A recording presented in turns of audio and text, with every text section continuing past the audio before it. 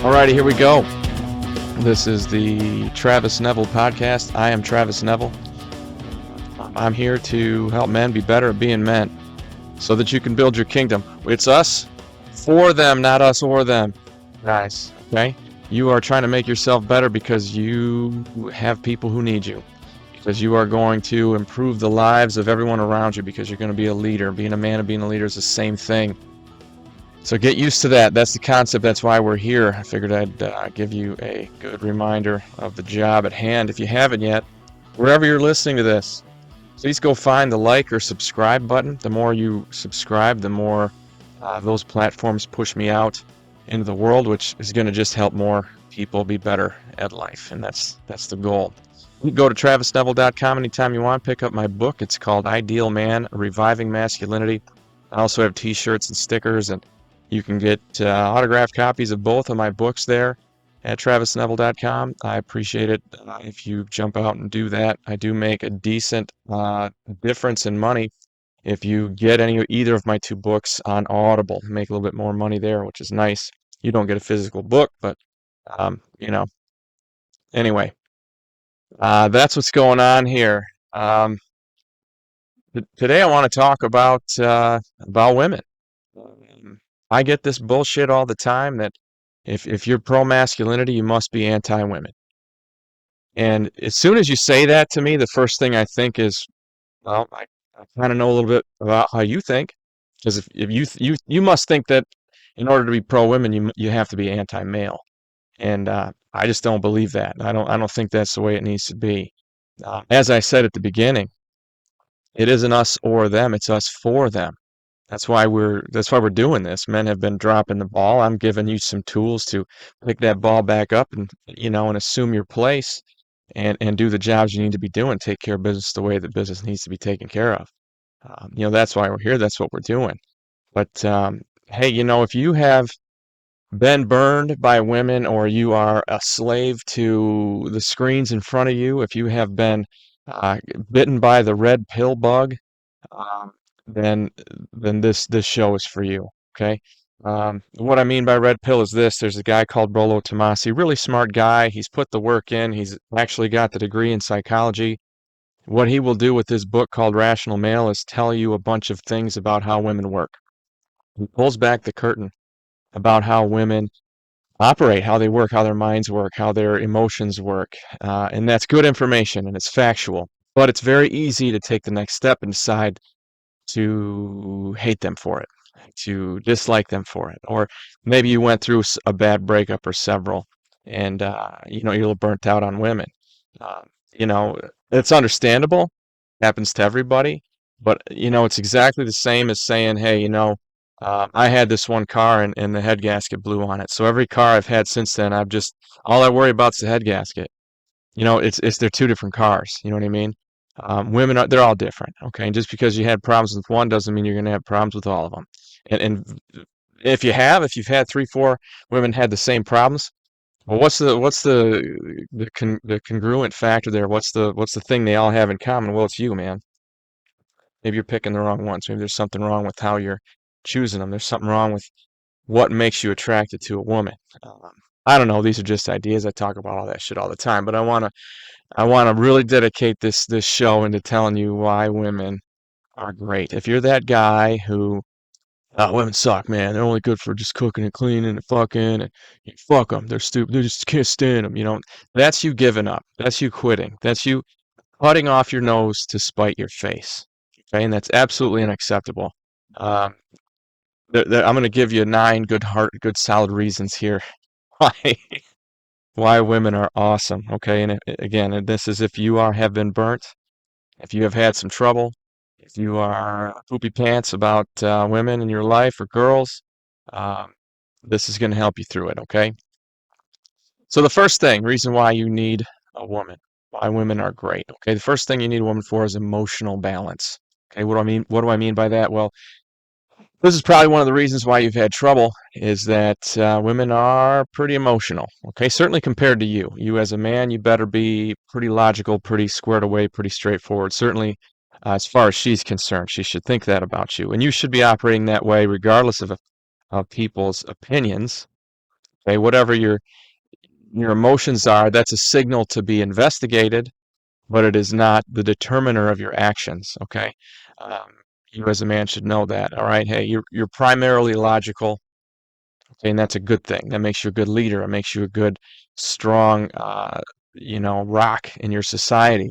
But with that emotion that women bring to the table, it's not all negative, man. I know it can be unpredictable. You get the roller coaster. I've been there, right? But part of that roller coaster are the positive emotions, okay? Love, fun, excitement. Women are going to enhance all those for you, all right? The things that you do by yourself, they're far more fun when you have a positive-minded, happy, excited woman with you. Think about taking a trip someplace. It's more fun when she's sitting next to you laughing and excited, eyes big, looking at these cool things you're showing her, experiencing this place or these things that you're choosing to do. You're going to some cool city you never been to or some restaurant you never been to. It's like you get to experience it twice. You're experiencing it yourself and you experience it on her face as well, which is pretty cool. So yeah, that it gives you that emotional balance. Okay, so it's easy for you to um, be logical all the time and miss a lot of fun, a lot of positivity, and a woman's going to bring that to your life. Okay, a good one will. And I should say that from the beginning. I should caveat this and disclaimer this and say I'm going to talk about good women, and I'm going to tell you that most are. Okay, and the reason you're not seeing them, the reason I don't see a lot of them, is because I'm single. Okay, the ones that are out there that are single, a lot of them probably have a lot of shit they got to work on, difficult stuff they haven't gotten through yet, and it is what it is. There's a ton of great women out there, and you know where they are? They're in dedicated relationships. They're taking care of their husband. They're taking care of their children. They're out there. If you're a young guy, there's way more of them. I mean, you're gonna have a better opportunity there. The ratio's higher, right? The good ones haven't been snatched up yet. So yeah, positive, man. They're gonna give you emotional balance and bring you key factors to your life that are fun and exciting. And I know your argument. Well, it's not worth the trade-off, man. They bring so much drama and all that bullshit. All right, man. That's how you want to live. But I'm telling you, if you want to be your very best, if you want to be your very happiest, if you want to experience the highest of highs, you want a woman there. Okay. Second part about emotional balance is that she's going to remind you to stay. I mean, she's not going to actually say it, but her presence will remind you to stay logical and for you to not get over emotional. Because when she does, kind of overreacts to some things, you're going to remember, okay, cool. I'm glad I don't have that fucking shitstorm going on in my head. I'm going to stay calm. I'm going to be the rock here. I'm going to take care of business, and then you get to feel a sense of satisfaction there, which is really nice. Second thing, a woman is going to how they're going to make your life better.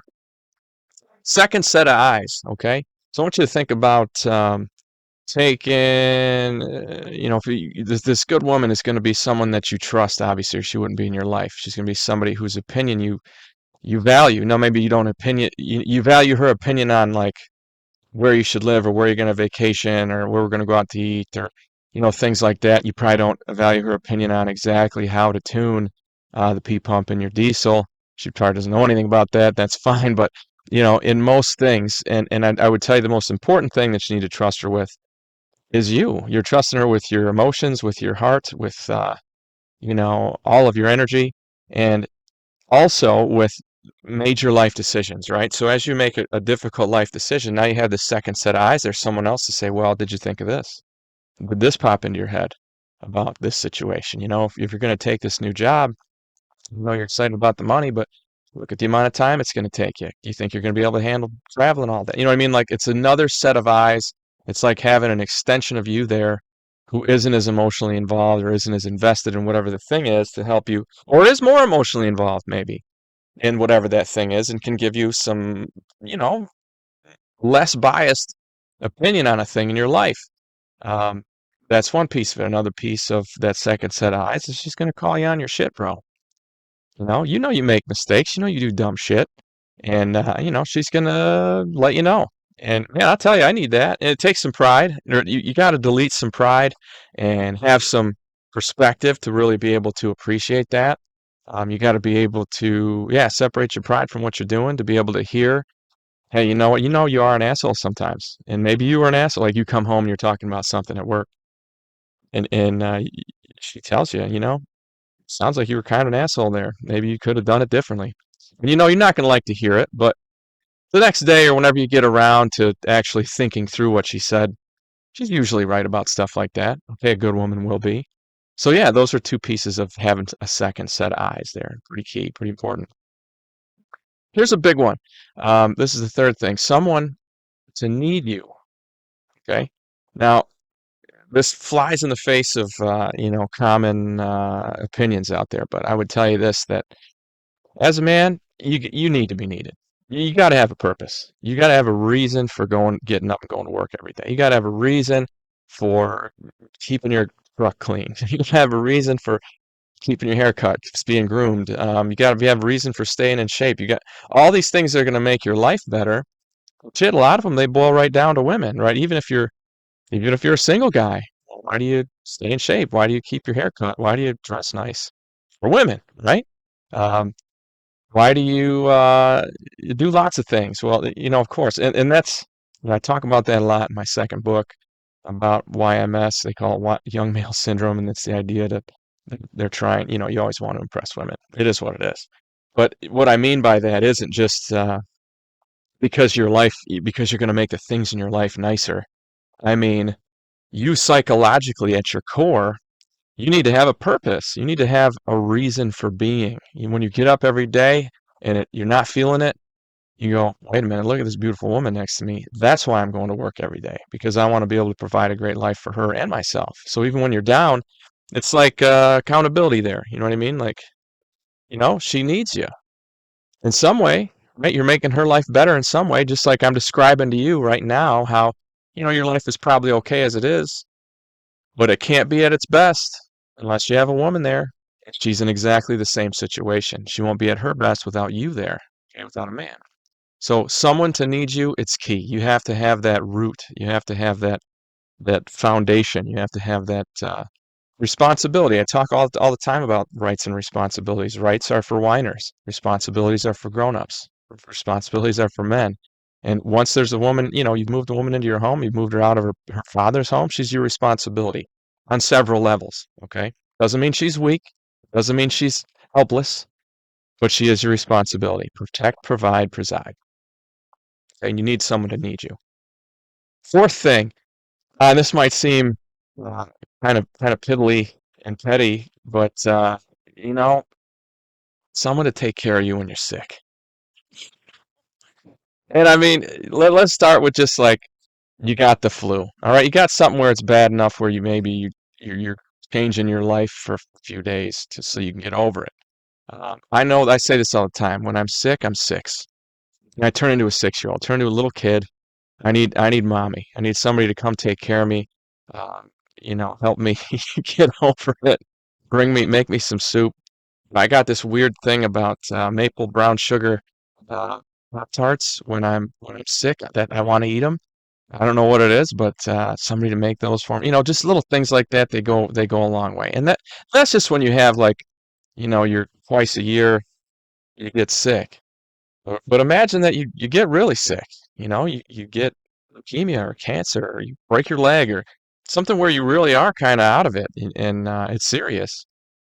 That's where having that partner there is going to be damn helpful. Okay, if not just for the actual physical help, but it's that's all emotional. You know what I mean? It's knowing that you're not going through whatever it is by yourself.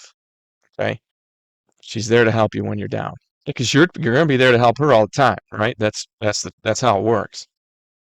So yeah, someone to help you when you're sick. That's a big one. Number five, I would tell you inspiration, and this is kind of a lot like number three, but inspiration. What I mean by that is, they say that behind every great man is a great woman. Okay, you've probably heard that 100 times, and I'll add to it that behind every fucking asshole is a flaming bitch. Um, that's just how it is. Okay, and That's the true power of a woman. She's got the ability to be the wind beneath beneath your wings, or the absolute elephant standing on your chest. Okay. Again, the good ones, they're the one beneath your wings. Okay, you are going to achieve more. You are going to do more. You are going to be more successful with a good woman in your life. This is the truth. I was talking to Lexi Turner. She was on the show a couple years ago, and I text her somewhat regularly, see how she's doing. We just chit chat. We're going to do something here again pretty soon. And she said that her first three boyfriends, her last two, I think she said something like that, all tripled their income, got promotions, moved ahead. That's what, when you have that good woman there believing in you, that's even bigger than believing in yourself. You're like, well, fuck, she's awesome. And if she thinks I'm great, damn it, I must be pretty great. And so then you act as if you're great, and you achieve as if you're great, and you move forward and you get better, and your life is better than it could ever be by yourself. Okay? Again, just another reason why, yeah, you can make it by yourself. You sure can. But making it isn't what this life's about. This life's about doing kick-ass shit, doing really cool stuff, you know? And you don't do that unless you got another person there pushing you a little bit. You need that. Men need it. You do. Now let me pause here. We're five deep into the nine. What got me going on this? Again, like I said, I get a lot of haters telling me that I must be a misogynist if I'm pro masculinity. And again, I say this all the time too. We're trying to make men better for them. But I recognize that there are, I don't know what the numbers are. There are a ton of men who are saying, so MGTOW, men going their own way, red pill, I'm over it. I don't want to be, basically not interested in commitment. And you can argue all you want, and I'm not going to tell you you're wrong. Marriage is for women. Okay, it is. I mean, there's absolutely nothing about that isn't a massive risk for you. Okay, you pay for that diamond. You're not getting to keep. You're not going to keep it when if she quits. You're going to have to buy that house. She's going to keep that if she quits. All the laws and regulations that are in place with regard to divorce and marriage, 100%, favor females. Those laws were written at a time when men made all the money, and men filed up for all the divorces, and made sure that the women who didn't have careers and couldn't do a lot of those things weren't going to be destitute. But now it's not the case. I mean, women can achieve at the same rate that men do. In fact, I've talked about it before. Making the same life decisions, women will make more than a man will. So the laws just haven't caught up. So I get it. With as far as a legal marriage, you're taking a shit ton of risk. So I understand if you are gun shy about that part. But who gives a shit about that? I mean, that's just such a small thing. That's like a legal contract. Let's subtract the legal contract from it. What's left? Well, the important shit is what's left. Your choice to combine your life with someone, your choice to share everything about yourself with someone, to give them your emotional attention, your energy, share your resources. Like, that's really what you're committing to. Okay, you can't think about what will happen if you get divorced. I mean, you have to kind of think it through at the beginning, but ultimately that's not what you're trying to do. You want to commit to a woman so that you can make your life better and make her life better, of course, as well. So there are a ton of men who are in that boat, and those are the guys I'm talking to, right? That's who I'm talking to. There are as many of them, I would guess, and I don't know any statistics on this, but there are as many of them as there are women who don't need no man. And I'm extremely independent, and I can do everything myself, and you can't be intimidated by me. Fuck you. Okay? What you're doing is trying to act like an angry fucking man. And that's just unattractive. I'm not intimidated by you, but I don't want to date a dude who is acting like, I don't want to date a woman who is acting like a dude would. That's what I was trying to say. I don't want to date a woman who is taking the worst, the most aggressive traits of a man, embodying them, and then telling me I'm wrong if I'm not attracted to her. Fuck you. You're going to be single for the rest of your life until you get over that shit, right? So that's what I'm saying. There's what we're talking about here are the guys who are turned off on getting committed, right? And I want to open that door and let you know, hey, it's happening on both sides. I would tell you, it looks like there are more women because they're going to spend more time, bitching about it on social media about how men aren't men anymore and all this bullshit. And I catch that shit all the time, even though I'm trying to fix it. You know what I mean? I'm here trying to make men better for women and mostly for kids and for the whole life around them in your kingdom. We talk about it all the time. But anyway, I hear that shit all the time. So that's why I'm talking about this. I think they're a reaction to each other. And if you keep repelling each other, well, you're both going to be lonely and unhappy, you know? And I'm trying to get you back together. I'm trying to, let's again, you're both going to be better off when you have help, when you have a partner there, help in so many ways. Okay, back to the list. And number 6, very simply, companionship. Yeah, being a lone wolf might be sexy. It might be something that's attractive to you. It is very safe, excuse me, feeling. I live by myself. I run a couple of businesses on my own that I don't have a boss, and these are things that make me feel very secure because I'm betting on myself. I completely understand that. Um, but I don't want to live my life forever by myself. I'm single right now. And there's a trade-off. I get home at night and I'm not going to be dealing with somebody else's bullshit.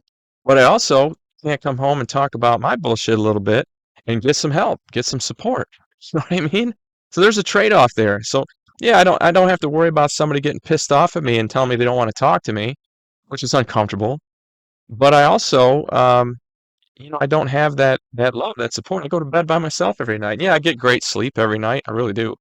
Um, but having that person next to you, you have a bad dream or something, that's legit. Having her there when you can just be like, hey, I had this bad dream. You can tell her about it real quick. She puts her arms around you, and fuck, you feel a lot better. You know, companionship's a real thing. It's not, dogs don't get it done. It's like you need to have a woman there, right? You can act like you don't need it. You don't. You don't need it, but your life is better with it. Like, my life is okay without having someone scratch my back, like actually literally scratch my back. But fuck, is it nice when somebody just goes after it. I tell them, act like you're trying to hurt me. I mean, like I'll hand her like a stiff bristled nylon brush, like for cleaning grout or floors or something, and just have her go after my back until it's bright red. Especially in the winter. I mean, it gets so dry, and yeah, your life, you can get by without it. But your life is better if you have it. It is. Your life is better with a woman, dude. If you handle yourself right and do things right, get the right one, your life's better. Number 7, reason why women are great, why you want one in your life, why your life is better if you have one, is you get to live forever. You can continue your genetic lineage. You can have children, people who have your DNA in them, who long after you're dead are still going to be talking about you, and in that way you're still going to be alive. Not only are they half you, they will talk about you and remember you. And if you have several children, they'll all talk about you together. And there'll be pictures of you around and they'll remember you. If I die without having children, it's going to go away pretty quick. I got some nieces and nephews, and that'll basically be it. Like, it'll go away fast. Like, people who remember who I was. I mean, why do you think I wrote these books, man? I want to have a legacy. I want to have a thing that is a way that I'm still helping the world and impacting the world after I'm gone. It isn't about ego. It's about making myself so that I know that my life was worth something. That I lived on this planet, and the planet is better because of me. There's something left behind. I left my mark. You know. I mentioned this in I can't remember where I was writing this the other day, but a life goal of mine that's just astronomical. I can't remember how the question was asked, but my answer was I want to contribute so much to the world that someone names an elementary school after me. Like, I went to this elementary school called H.T. Burt Elementary School, Howard T. Burt Elementary School. The building is still there, but there's no such thing as H.T. Burt Elementary anymore. It's like administrative offices or something. I'm not sure what it is, but um, I don't know who that guy was. I should look it up. He died before the internet existed, so there might not be much out there about him. But here I am on the internet saying his name. He did something so cool that they named a school after him, a place where young people get made to be better. I mean, that's what it used to be. That's how schools used to be. Where you go there and you're better when you leave. You're a better person. You're better at life. That's a hell of a thing, you know? I don't want a big, fancy hotel named after me or a plaque somewhere. That'd be cool. All that stuff's cool, but actually in elementary school, when I was a kid, I always wondered, man, who was that guy? He must have been pretty awesome, you know? So yeah, having that legacy, that's the reason why you need a woman. You can't make a kid by yourself. It's just how it is, man. It is. Um, Number 8, you as a man are going to be bold. Okay, you're going to want to take risks. I talk about that in the book quite a bit as well. I think it's chapter 1876. Chapter 15 is called Bold. I talk about Ernest Shackleton and a couple other things in there. And that's the thing you need to be able to do. I mentioned earlier, if you want to have a woman in your life, you're going to have to be very bold. You're going to have to be very ballsy. You have to sack up and walk across a crowded bar or a restaurant or something and hey, I'm Travis. How are you? What's your name? You're going to have to buy her a drink. You're going to have to make that move. You're going to have to risk getting shot down, which I've always been a proponent of. I don't care if I get shot down 9 out of 10 times. Still got laid once. I had a guy tell me that in college. I thought it was the coolest thing. Um, anyway, you got to be bold there. You got to be. You're the one who's going to ask her to marry you. You're going to spend a bunch of money on a diamond, get down on your knee, and essentially beg her. You know, I mean, that's kind of what it looks like. Um, that's you got to be bold. You got to be willing to do that. You got to sack up. As far as that ring thing, my buddy Andy used to say this that it's a lot of money for that ring. It is, but if she says yes, now you own a person. Shout out to my buddy Andy. He's a great dude. Anyway, yeah, you're gonna have to be bold. You're gonna take risks all the time. You're gonna buy that house that she'll take if you guys split up. And man, you need her as a voice of reason and restraint in your life, okay? You need somebody there telling you, no, you can't bet 3 paychecks on the Super Bowl. You know what I mean? She's gonna be like, no, you shouldn't, buy that old truck that you think you can turn into a moneymaker. Shit, no, cars don't really make money usually. You know what I mean?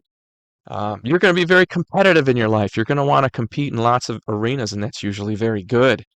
But sometimes, maybe you're getting into a kind of a road ragey situation. She's sitting right next to you. She's gonna be like, "You better not." You might not like hearing it at the time, but it's good.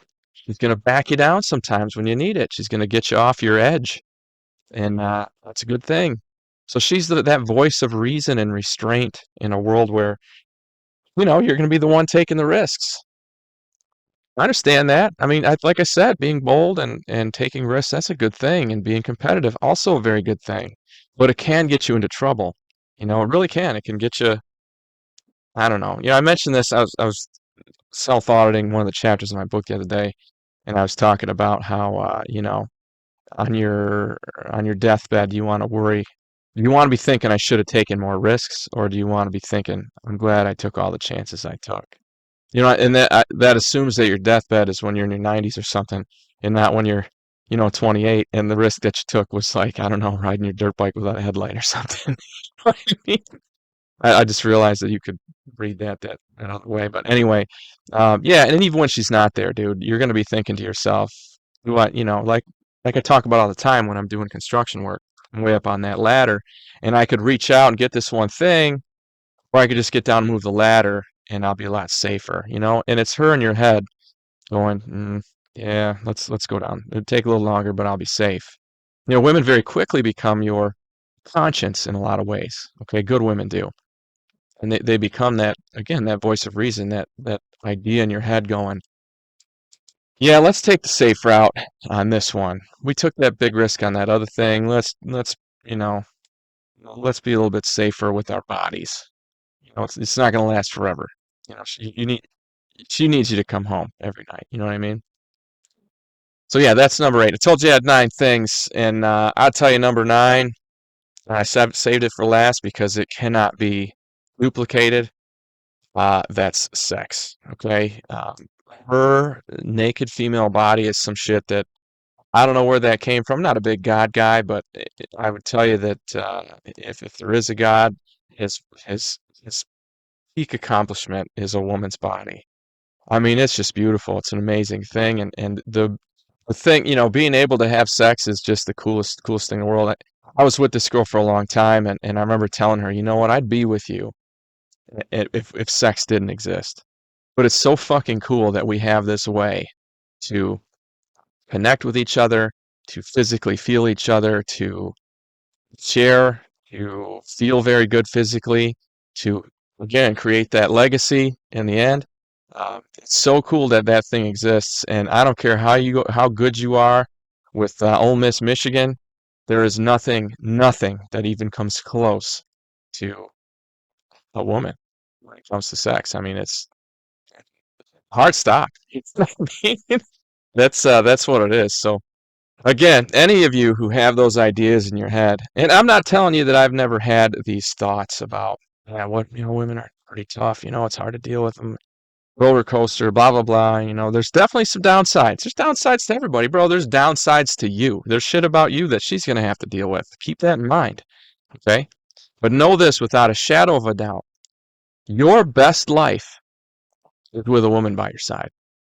Absolutely, no caveats, no questions. Period. Your life is better. It's going to be at its best when you have a partner there. Again, like I said at the beginning, uh, good partner, right? Somebody who's a good one and doesn't have a bunch of problems and shit. And if you got somebody with a bunch of problems, you picked the wrong woman, bro, and that's on you. Okay, that's not on her. That's on you. So there it is. Why women are so great.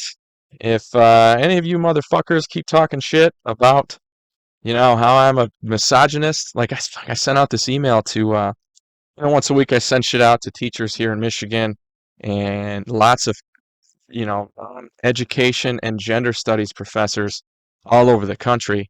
And I had a U of M gender studies professor right back. Stop sending me your misogynist emails. And it was an email about how much having a father in the home helps a mother. That's what the email is about. So all you motherfuckers who are thinking that about the shit that I do, fuck you. Okay, that's not what I'm doing here. I'm not trying to shame or guilt anybody. I'm trying to make men be better at being men so that they can be better for women, for children, for the world around them. That's what we're doing here, okay? My name is Travis Neville. This is the Travis Neville Podcast. Hit that like button.